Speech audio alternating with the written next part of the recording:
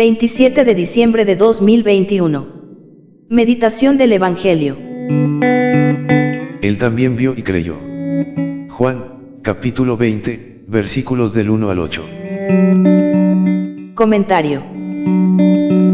La carrera de los discípulos hacia el sepulcro muestra el deseo de comprobar lo que les había anunciado María Magdalena. Pedro y el discípulo amado se encuentran frente al sepulcro vacío y, sin ver más que el sudario y las vendas por el suelo, le bastó para creer que el Maestro había resucitado. Evangelio de nuestro Señor Jesucristo según San Juan.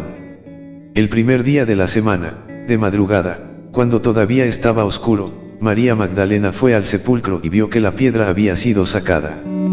Corrió al encuentro de Simón Pedro y del otro discípulo al que Jesús amaba, y les dijo: «Se han llevado del sepulcro al Señor y no sabemos dónde lo han puesto». Pedro y el otro discípulo salieron y fueron al sepulcro. Corrían los dos juntos, pero el otro discípulo corrió más rápidamente que Pedro y llegó antes. Asomándose al sepulcro, vio las vendas en el suelo, aunque no entró. Después llegó Simón Pedro, que lo seguía, y entró en el sepulcro, vio las vendas en el suelo, y también el sudario que había cubierto la cabeza de Jesús. No estaba caído con las vendas, sino enrollado en un lugar aparte. Luego entró el otro discípulo, que había llegado antes al sepulcro, él también vio y creyó. Palabra del Señor. Gloria a ti, Señor Jesús. María Magdalena fue al sepulcro y vio que la piedra había sido sacada. María Magdalena fue al sepulcro y vio que la piedra había sido sacada. Según San Juan, el relato lo sitúa en el primer día de la semana. Es decir, al día siguiente del sábado, y la hora en que viene al sepulcro es de madrugada, esto es muy de mañana y cuando aún todavía estaba oscuro. Es en la hora crepuscular del amanecer. Por los sinópticos se sabe que esta visita de María al sepulcro no la hace ella sola, sino que viene en compañía de otras mujeres, cuyos nombres se dan: María, la madre de Santiago, y Salomé, la madre de Juan y Santiago el mayor y otras más. Al ver, desde cierta distancia, sacada la piedra rotatoria o golel, dejó a las otras mujeres, que llevaban aromas para acabar de preparar el embalsamamiento del cuerpo de Cristo, y corrió al encuentro de Simón Pedro y del otro discípulo al que Jesús amaba, que, por la confrontación de textos, es, con toda probabilidad, el mismo Juan. El otro discípulo al que Jesús amaba. Me parece bonita esta expresión que se lee en este fragmento del Evangelio, el otro discípulo al que Jesús amaba. Es hermoso saber del amor de Jesús por sus apóstoles, pero en el caso de San Juan, hay una predilección especial, pero aún es más hermosa esa humildad, esa modestia y esa demostración de no ser vanidoso. San Juan, en lugar de nombrarse, utiliza esta frase: el otro discípulo al que Jesús amaba. Como ella, Magdalena, no entró en el sepulcro, supuso la noticia que da a estos apóstoles: se han llevado del sepulcro al Señor y no sabemos dónde lo han puesto.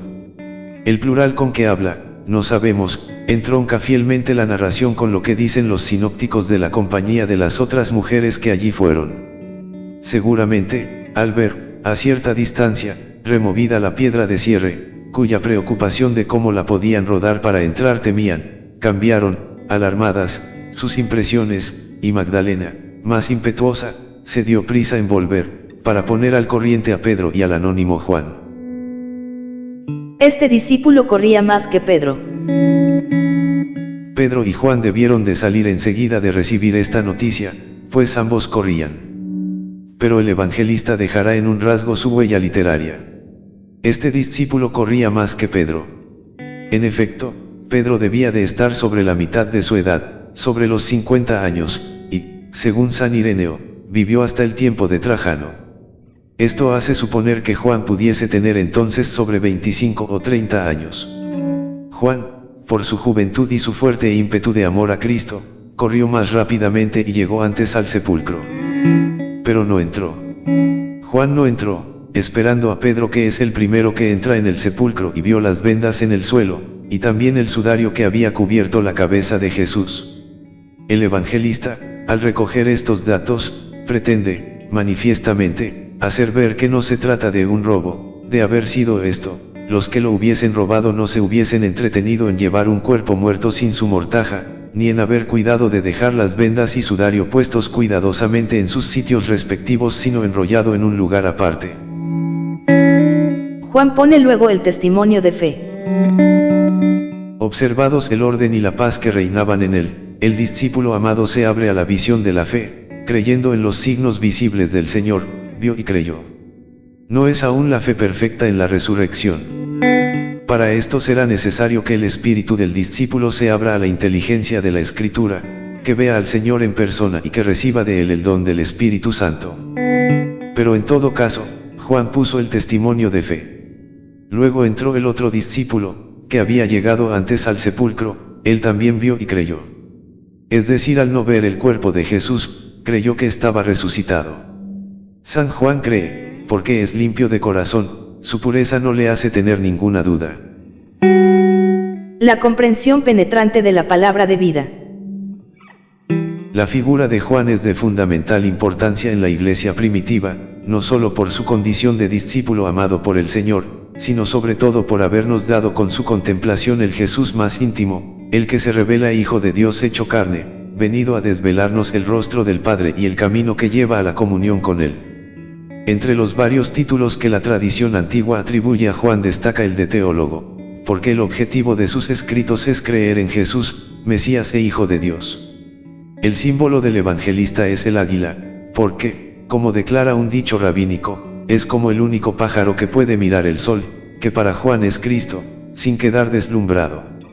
Y su presencia en la comunidad cristiana, que en todo tiempo debe estar a la búsqueda de los signos visibles del Señor, es la de la contemplación y la comprensión penetrante de la palabra de vida.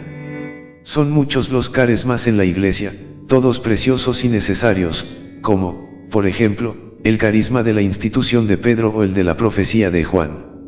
Solo el respeto recíproco y la búsqueda común en el compartir sincero y atento a los dones del Espíritu, permite adentrarse en el misterio. El ejemplo de la búsqueda común y de la ayuda entre hermanos de la misma fe, de que claramente nos habla el discípulo amado, lleva necesariamente a reencontrarse juntos, reunidos en el reconocimiento de los signos del resucitado.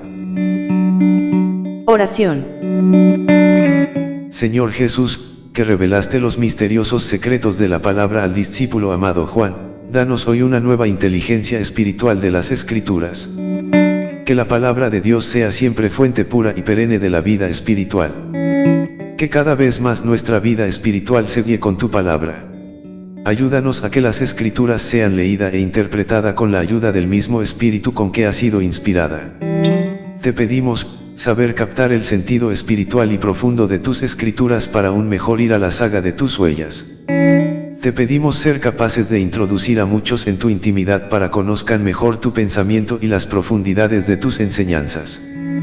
Te pedimos comprender que las crisis de nuestras comunidades religiosas se superan más y mejor con la frecuente lectura y meditación de tu palabra acompañadas por la oración, para que pueda brotar una conversación entre Dios y el hombre, trato de amistad donde aprendamos a vivir cada vez más unido a ti. El Señor les bendiga.